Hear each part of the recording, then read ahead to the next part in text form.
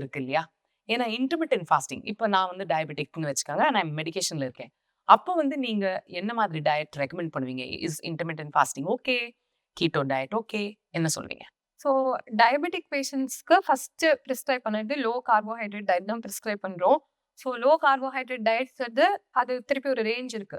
இப்போ 20 grams per day கார்போஹைட்ரேட்ங்கிறது அது very low carbohydrate diet.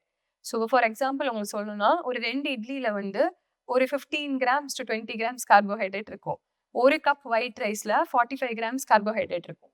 So actually அவ்வளோ low we don't recommend. anywhere less than 130 gram per day is okay to start with. So இப்போ intermittent ஃபாஸ்டிங்னா நீங்கள் அதை பற்றி பேசுனீங்கனால ஸ்பெசிஃபிக்காக யாருக்கு ரொம்ப ஹெல்ப்ஃபுல்லாக இருக்கும்னா obese patients, obese diabetics, young diabetics. இப்போ இந்த டயபெட்டிஸ் ரிவர்சலே யாருக்கு